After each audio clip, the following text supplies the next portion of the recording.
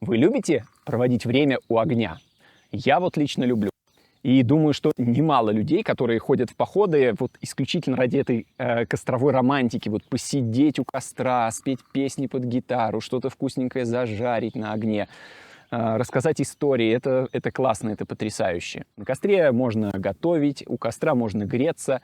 То есть это вопрос вашего быта, это вопрос вашей безопасности. Поэтому надо уметь разводить огонь, надо уметь его поддерживать, надо это делать легко, быстро и непринужденно. Всем привет! На связи Сплав. Меня зовут Арнаутов Даниил. Я проводник компании «Сила территории» и Гергик.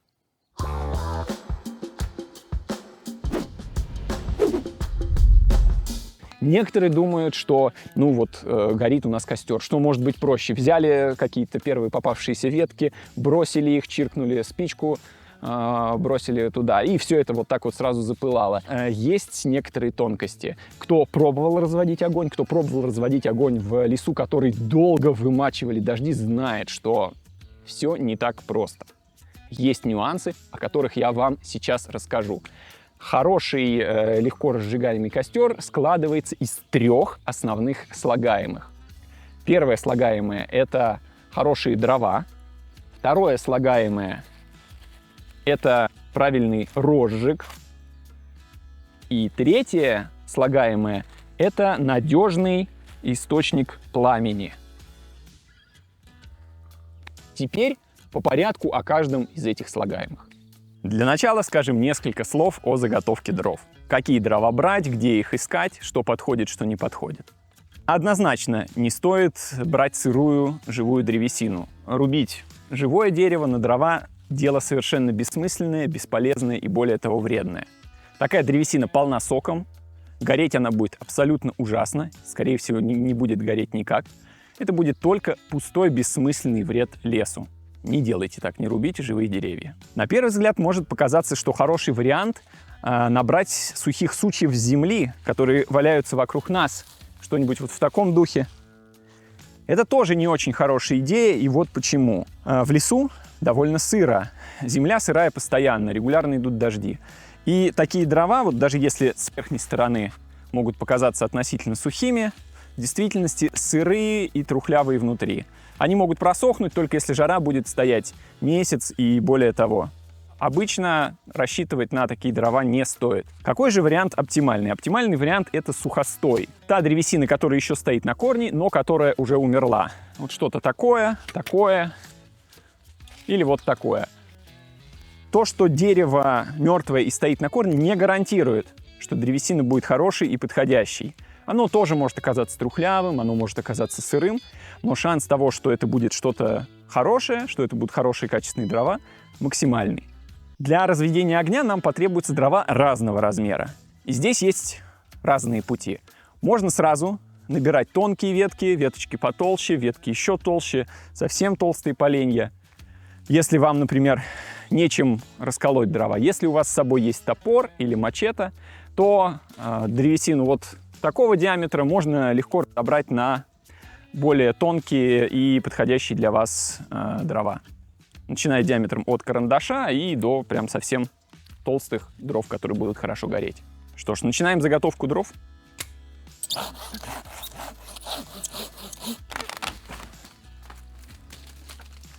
Даже не по месту спила. Такое можно было заготовить и без пилы. Еще один плюс сухостоя. Часто можно просто сломать руками. То, что у нас находится у корня, с большой вероятностью тоже окажется сырым. Поэтому примерно вот посюда можно сразу отпилить.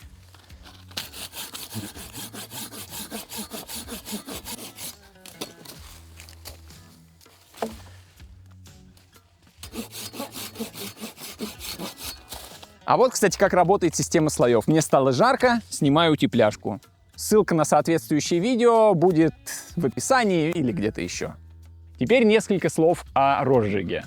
Есть два основных пути.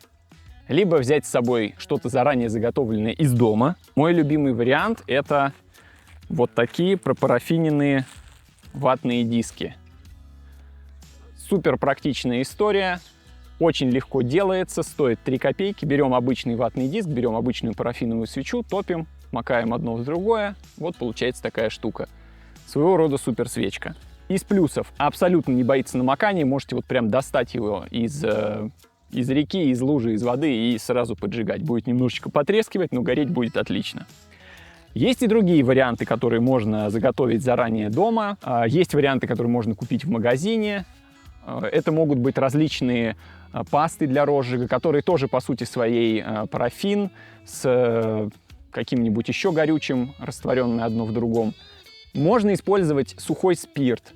Тоже отлично горит, отличный розжиг. Лично мне чем не нравится: сильно пахнет, даже если хорошо, плотно упакованный, резкий неприятный запах. Открываете рюкзак, и оттуда вот пахнет этим сухим спиртом. Плюс ко всему, при намокании он уже не горит.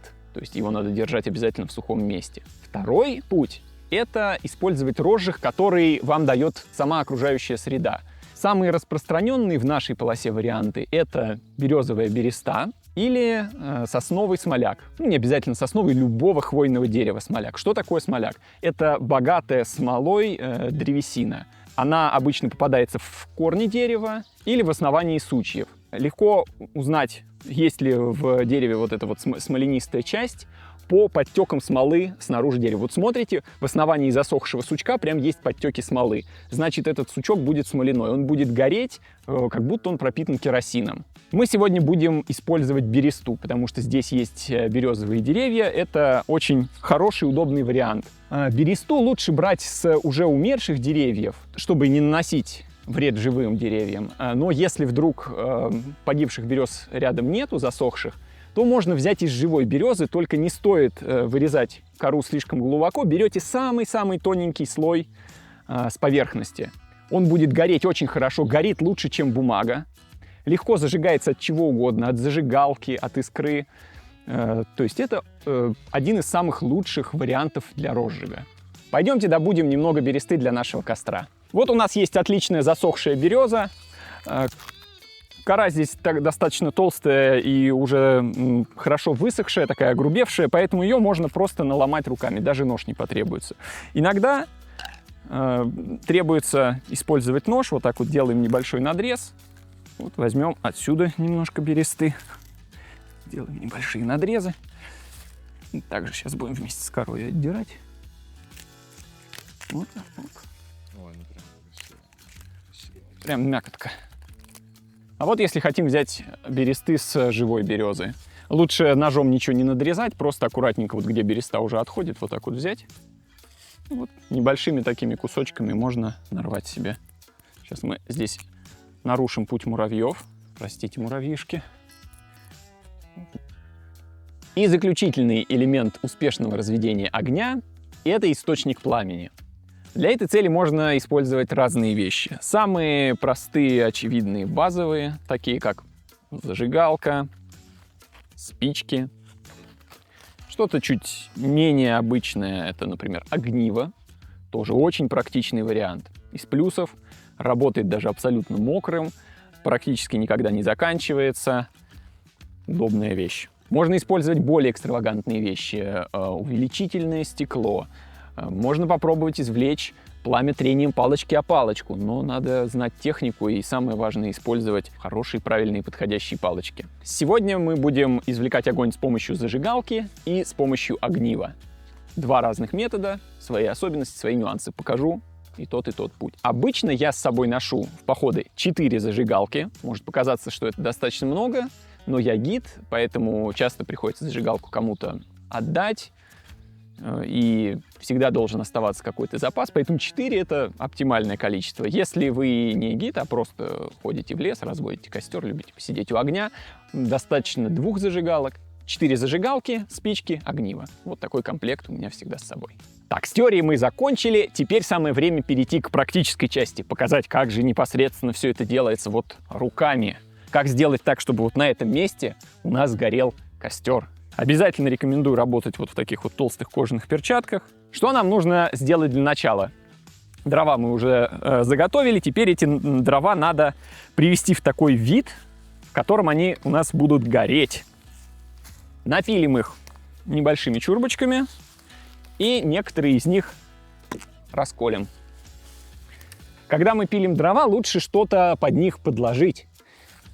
На земле пилить неудобно. Мало того, что неудобно, это вредно для пилы. А если что-то подложить, вот так вот прижать ногой, то все будет легко, удобно и красиво.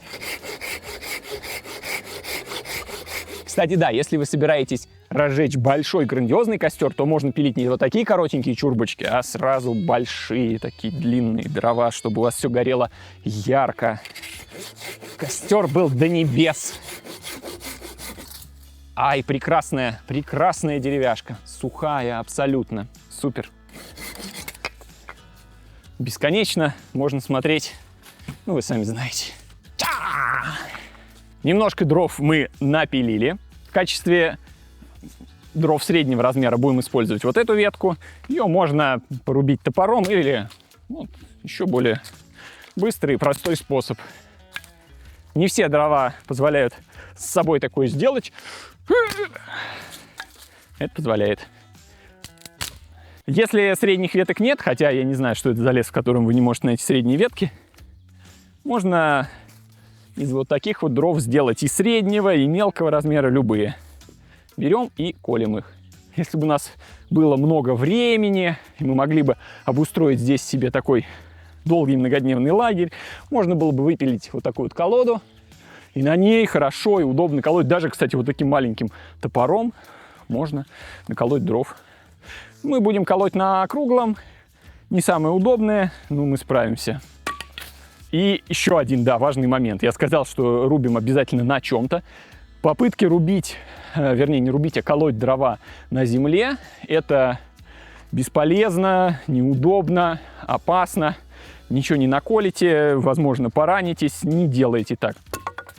Среднего размера дрова мы накололи, теперь нам надо сделать дрова маленького размера, прям такие вот карандашики тоненькие.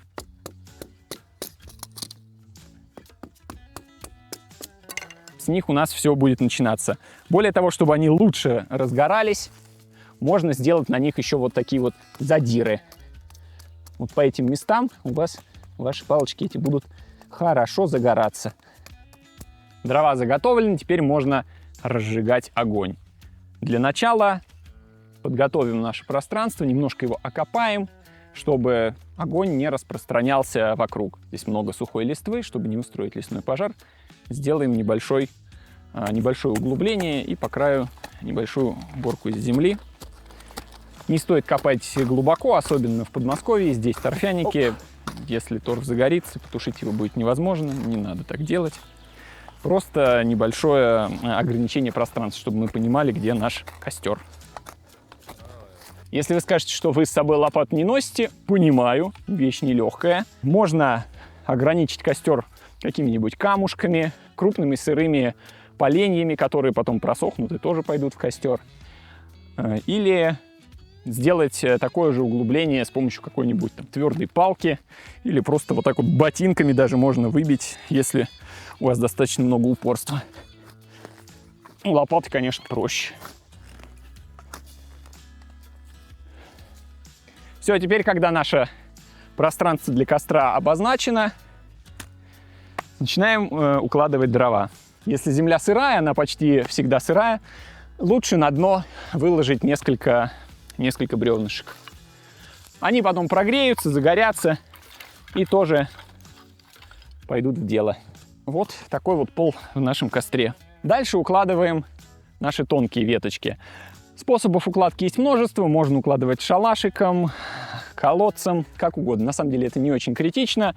И такие вот ровные, хорошие, аккуратные дрова, они у нас есть не всегда. Часто это просто какие-то наломанные ветки. Поэтому главное соблюдать основной принцип. Вначале у нас идут наши тонкие веточки, потом потолще, потом еще толще. На этапе непосредственно розжига нам можно обойтись только самыми тонкими и вот вторыми по толщине. Можно их наломать еще покороче. Сейчас начнем делать такой вот небольшой шалашик. О, смотрите-ка, какая постройка. Нравится. Еще. Совсем мелкие можно вот так вот просто набрасывать внизу. Вот такой вот замечательный шалашик у нас получился. Теперь самое время зажигать его. Внутри у нас здесь Дровишки поменьше, потом дровишки покрупнее. Когда все это загорится, начнем подкладывать самые крупные дрова. Как я уже говорил, мы будем использовать пропарафиненные диски. Можно, если дрова очень сухие и хорошие, вообще обойтись без бересты, без пропарафиненных дисков. Вот прям совсем без ничего можно взять вот такой вот полежка, взять ножичек и вот так вот, только уперев во что-нибудь полежка, но не в свою ногу, а в какую-нибудь деревяшку, вот так вот настрогать мелких вот таких вот стружек. Работает тоже как прекрасный, замечательный розжиг. Даже если это не смоляк, а обычная сухая древесина. Для начала берем, краешек немножечко вот так вот разлохмачиваем. Определяем направление ветра. От ветра нам надо наш огонь закрыть. И разжигать стоит с подветренной стороны. Что такое подветренная сторона? Многие думают, что это сторона, с которой дует ветер. На самом деле нет. С которой дует ветер — это наветренная сторона. Подветренная — это та сторона, которая ветром не обдувает. Сейчас ветра почти нету, но вот небольшое движение воздуха, оно вот в эту сторону. Поэтому разжигать будем вот отсюда. Вот наш ватный диск загорелся. И аккуратненько помещаем его в центр нашей избы. Осталось немножко подождать, и будет у нас отличный, замечательный костер. Дым уже есть, как говорят, нет дыма без огня. Кстати, это неправда. Бывают такие условия, когда получается зажечь костер не с первой попытки. На моей практике был случай, когда мы зимой в 28-градусный мороз, который наступил после сильной оттепели, пытались развести костер 3 часа. 3 часа мы очень сильно замерзли, но все получилось.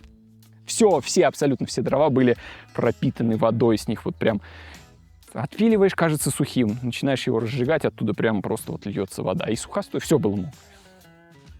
Ну вот у нас все хорошо, все сразу загорелось. Когда огонь схватится прям вот уже совсем как следует, можно будет начать подкладывать дровишки покрупнее. Слишком рано вмешиваться в процесс горения я не рекомендую. Иногда вижу такую картину, что вот человек зажигает огонь, сразу там что-то горит как-то не очень, начинает что-то двигать, дуть и так далее. И обычно это приводит к тому, что костер гаснет. Ну, дайте ему немножко времени поразгораться. Дуть есть смысл уже, когда там появились угли красные. До этого дуть на огонь смысла нет. Ну все, наш костер хорошо горит. Можно начинать подкладывать дрова побольше, наслаждаться уютом. Теперь время показать, как разводить огонь с помощью огнива. Вот мы снова уложили наш уютный шалаш. Теперь будем разводить костер с помощью бересты. Здесь у нас будет техника действия немножко другая. Мы не будем вот прям там внутри что-то разжигать. Сначала нам нужно будет получить огонь снаружи, потому что бересту поджечь с помощью огнива прямо в костре — это будет дело непростое. Представьте себе, что вам надо вот там вот уложить бересту и вот прям туда чиркать с большим, с таким вот прям, с хорошим усилием. С большой вероятностью вы всю эту вашу конструкцию развалите. Чтобы этого не произошло, разожжем рядом. Вот я положил небольшое полежко, на нем мы будем запускать наш огонь. И потом эту бересту подложим внутрь нашего костра. Берем, отрываем самые тонкие слои бересты, вот верхние. Нарываем ее в такие вот маленькие клочочки. Грубая береста нам чуть-чуть, та, которая с корой, она нам пригодится чуть позже. Сейчас нам нужна вот прям самая-самая тонкая сверху. Вот такая вот.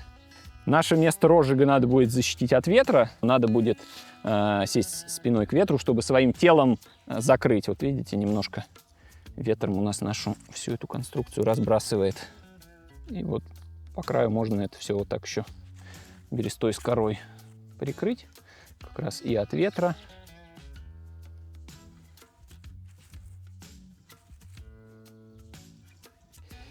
Что мы делаем дальше? Берем наше огниво, ставим его на вот эту деревяшечку и медленными плавными движениями соскребаем небольшое количество ферроцерия под бересту. Стараемся, чтобы у нас искра при этом не появлялась. Вот сейчас были искры, не очень хорошо. Такими вот медленными движениями соскребаем некоторое количество.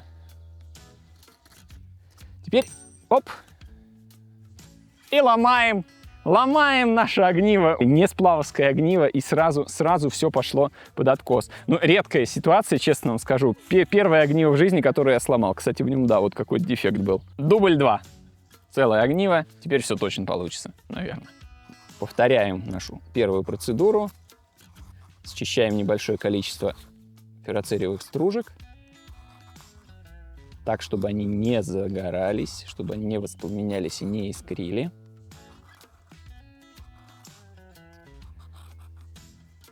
Так, теперь, когда некоторое количество стружек есть, делаем быстрое движение, даем искру.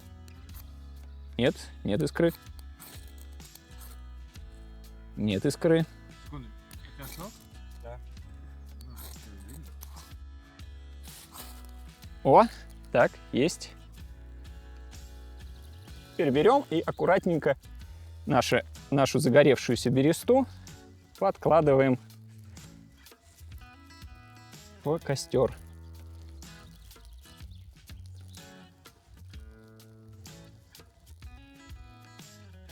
Так.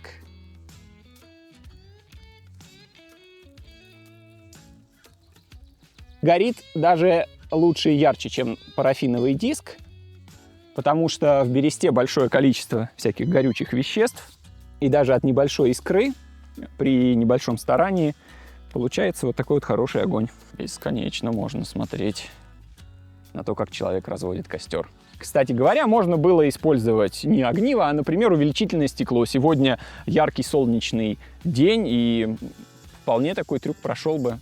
Можно было, кстати, попросить нашего осветителя, чтобы она посветила своим ярким вот этим вот светом прямо на бересту, и тоже все бы вспыхнуло. Ну вот мы и развели костер. Теперь можем наслаждаться уютом, готовить, греться и вот это вот все. Не бойтесь проявлять смекалку, когда разводите огонь. Один мой знакомый, например, использовал в качестве розжига свой собственный носок.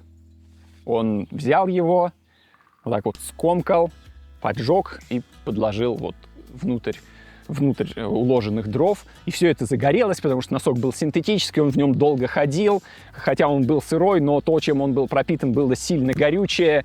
И, в общем, все загорелось легко, быстро, с очень таким черным дымом, неприятным запахом. Иногда условия толкают, иногда условия заставляют действовать радикально. А у меня у самого был опыт следующего характера. Я использовал в качестве розжига небольшой кусочек сала, завернутый в туалетную бумагу. Тоже горит роскошно. Горит лучше, чем свечка. Поджигаем, подкладываем. Все, через 5 минут отличный костер. Пишите в комментариях, как разводите огонь лично вы. До новых встреч. Пока.